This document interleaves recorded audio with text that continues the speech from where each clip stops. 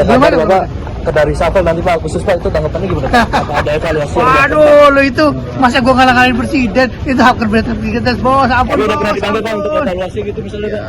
Kalau dipanggil ya sering tiap saat, tapi nggak ada urusan begituan. Terkait pemasarannya kemarin Pak? Nggak ada. Komunikasi Bapak dia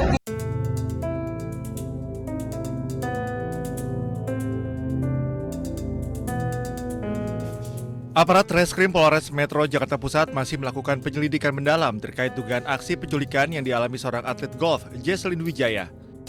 Pihak kepolisian telah mendeteksi keberadaan korban yang telah meninggalkan Indonesia. Hal itu diketahui dari pemeriksaan manifest penumpang di mana Jesslyn Wijaya terindikasi terbang ke Kuala Lumpur bersama dua kerabatnya berinisial EA dan EI.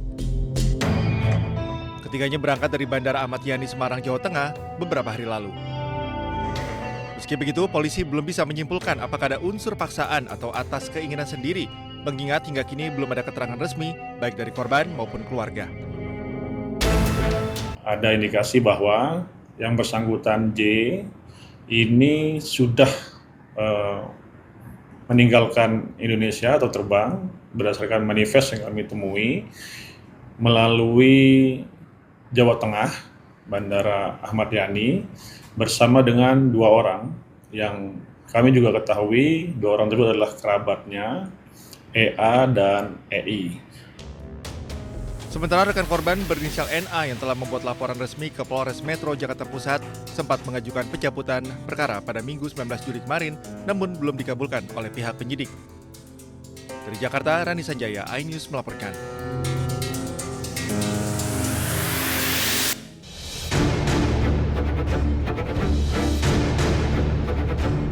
Kabar mengejutkan datang dari dunia olahraga golf tanah air. Seorang atlet putri, Jesslyn Wijaya, diduga diculik saat menghadiri perayaan ulang tahun sang nenek di restoran kawasan Mangga Besar, Sawah Besar, Jakarta Pusat 13 Juli lalu. Polres Metro Jakarta Pusat masih menyelidiki dugaan penculikan ini. Sejumlah saksi telah diperiksa dan rekaman CCTV lokasi tengah diperiksa untuk mengidentifikasi para pelaku. Meski pelapor yang juga teman dekat korban mencabut laporan, namun polisi masih tetap menyelidiki kasus ini untuk memastikan ada tidaknya unsur penculikan yang dialami korban. Kita masih belum menemukan keterangan perkara yang sebenarnya terjadi, apakah ada perbuatan pidana atau tidak dalam peristiwa tersebut. Artinya korban sudah ditemukan? Belum, jadi untuk korban sendiri masih kami lakukan penyelidikan keberadaannya.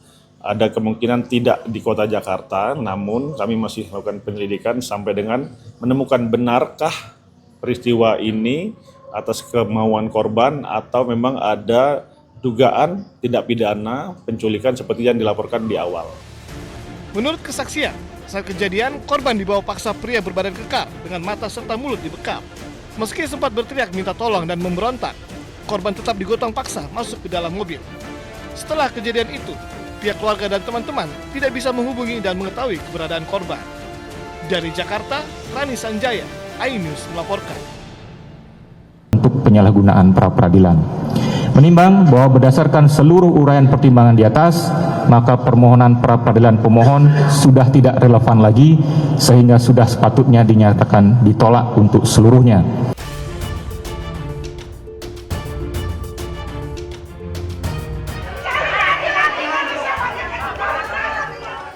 Ruang sidang berubah riuh oleh teriakan ibu-ibu pendukung Roy Suryo usai hakim membacakan putusan pra-peradilan.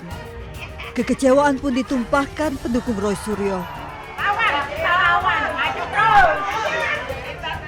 Hakim Tunggal Sidang Pra-peradilan Roy Suryo Iketut Darpawan memutuskan menolak seluruh permohonan pra-peradilan kedua Roy Suryo.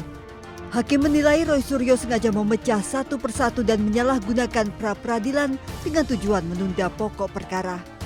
Dengan demikian penetapan status tersangka Roy Suryo sah. Hakim Tunggal Iketut Darpawan menilai putusan pra-peradilan sebelumnya yang mengabulkan sebagian gugatan terkait penangkapan, penggeledahan dan penahanan tidak mempengaruhi pokok perkara. Nah, bagi saya menyerahkan sepenuhnya. Langkah selanjutnya pada para kuasa hukum saya. Mas Refli, Mas Abdul Ghafur Sangaji, Bu Soraya, Mas Tristan, kemudian Pak Yasena dan lain sebagainya. Ya, saya menyerahkan sepenuhnya. Apakah kemudian mau lanjut dengan pra-peradilan yang keempat? Karena apa? Karena pra-peradilan yang ketiga sudah kami daftarkan. Permohonan kliennya ditolak, kuasa hukum Roy Suryo Refli Harun menyatakan siap masuk ke pokok perkara. Kita hormati putusan ini dan tentu kalau ditanyakan pada Mas Roy, apakah Mas Roy siap untuk pokok perkara? At any time kita siap. Ya, ini adalah the lawyer's way untuk mencari jalan agar kemudian Mas Roy ringan, ya, kemudian ringan langkahnya ketika harus berhadapan dengan pokok perkara.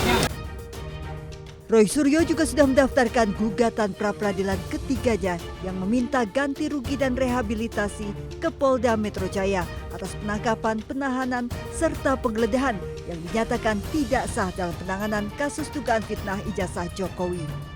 Sidang pra-peradilan ketiga rencananya digelar pada 28 Juli. Tak berhenti, Roy Suryo berniat mengajukan gugatan pra-peradilan keempat. Dari Jakarta, tim liputan iNews melaporkan.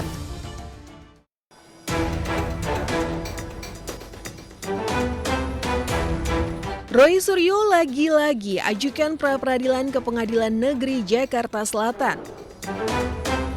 Kali ini Roy mengajukan gugatan untuk menuntut ganti rugi ke Polda Metro Jaya terkait penanganan hukum kasus ijazah Jokowi, di mana berhubungan dengan putusan dari pra-peradilan pertamanya.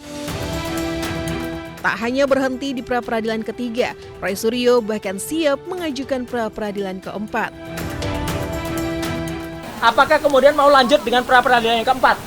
Karena apa? Karena pra-peradilan yang ketiga sudah kami daftarkan. Dan insya Allah akan bersidang pada hari Selasa tanggal 28 Juli yang akan datang. Dengan materi adalah ganti rugi atas putusan pra-peradilan yang pertama. Nah ini kita bisa uji nanti. Apakah putusan ganti rugi itu akan kemudian diterima atau ditolak? Permohonan pra-peradilan ketiga Roy didaftarkan ke pengadilan pada Rabu 15 Juli 2026 dan teregistrasi dengan klasifikasi perkara mengenai ganti kerugian. Tergugat satu adalah Kapolda Metro Jaya, Direskrimum Polda Metro Jaya, Kasubdit Kamnek, dan tim penyidik. Sementara tergugat kedua adalah Kejati DKI Jakarta, Aspidum Kejati DKI Jakarta, Kejari Jaksel, dan tim JPU. Tim liputan iNews melaporkan.